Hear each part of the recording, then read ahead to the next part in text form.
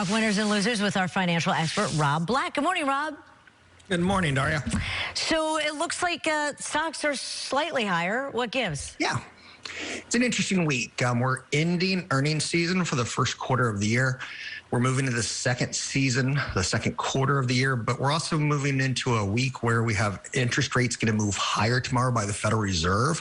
So we're watching the Fed. We're expecting 50 basis points. So there's a little bit of nervousness there. We'll talk about that in a second. But not a lot of stories out there today. The SEC said they're going to double their cryptocurrency staff, which sounds like a good thing to cut down on scams. At the same time, Fidelity said we're going to add crypto options for 401k investors so they can put up to 10% of their money into it. I'd be very cautious until we learn how to short crypto. It's a one-way bet. You're buying it and hoping someone else buys it from you and it pushes it higher. I was going to tell James this morning that Burger King sales up 15%, but that's also due to the higher cost of the menu items, not necessarily strong same-store sales demand. They're good, but it's also a little bit of stagflation. We're paying more for less. And Krispy Kreme came out with a cinnamon milk donut, which sounds delicious. You could tell James that too, because I'm not going to eat the Burger King or the Krispy Kreme. That's so fair. You're right on, Daria. But I am interested in this situation with the interest rates tomorrow going up, and then everything will go up. But I thought it was already like factored in. So why is that an immediate go up again? I thought they factored it in like, a month ago. Sure. I think people like me on Wall Street have factored it in, but I think the average person who has a credit card doesn't realize what it's going to mean tomorrow when the Fed raises interest rates 50 basis points. They're supposed to raise another 150 to 200 basis points throughout the year. So things are about to get more expensive if you have an auto loan or if you want an auto loan, an adjustable rate mortgage, home equity line of credit, credit cards. Now, it's losers for all of them, but mom and dad who wants to put money in a CD can now get 3% in a 10-year treasury, which is pretty good. You're starting to get better returns for being conservative and safe, less returns for being riskier.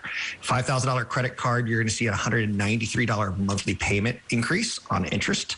$800 if it goes up another 2%. So that's taking, $9,000-$10,000 out of the average person's pocket just on interest rates moves per year.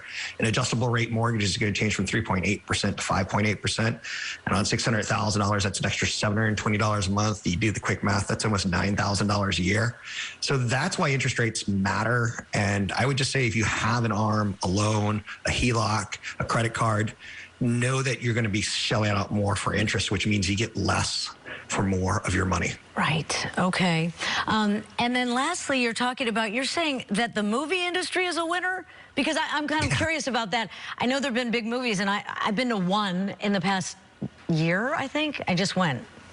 Now, this story is all for you then, Daria, so I'm glad I got you today instead of James, because I know James' answer on this. He's been going to the movies a lot. Will you go see Top Gun? No. My spouse is a 50-year-old woman who can't wait to see Top Gun because she had a crush on him so many years ago. And this gets her back into the movie theater. So the movies that are coming out in the movie theaters are designed now to get the people who are 45 plus to the movie theater. Oh. Black Widow did this creepy thing that Disney didn't like, or Disney liked, but cinemas didn't like, where they released it the same day in theater. These are going to get exclusive windows of 45 days in the theater, only Top Gun and Avatar. So streaming is struggling right now, figuring out the right formula. But I could see a day where Netflix comes to movie theaters and says, hey, we'll run the 6 episodes of Stranger Things in the movie theaters on January 1, January 10, January 17, because Netflix needs to figure out ways of making revenue now. So the industry's starting to shift back away from streaming back to movie theaters.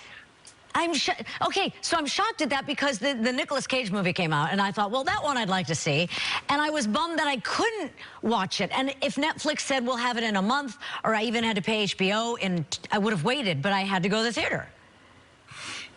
Yeah, and again, I was watching The Batman on HBO the other night, and I was watching it in my home on a 50-inch TV, and I was like, I kind of wish it was a big movie theater. Oh. I kind of wish it was a bigger screen with popcorn, because I enjoyed the movie. A lot of people did and didn't, but I did. But they're trying to figure out ways to get you and me back. We know teenagers will always go. Right. And there's a couple movies with Dwayne Johnson, one of the superhero pet movies. He went to CinemaCon, and Dwayne Johnson's a big movie star, and he said, come to the movies, everybody. So they're trying to get star power and nostalgia back in the movie theaters right now. Well, if The Rock says do it, you do it. I You don't totally argue. agree. Yes, sir. All right, thanks a lot, Rob. If Thanks, you Diane. have a question for Rob or you'd like to give him a little input, you can email him or reach him on Facebook or Twitter. We'll be right back.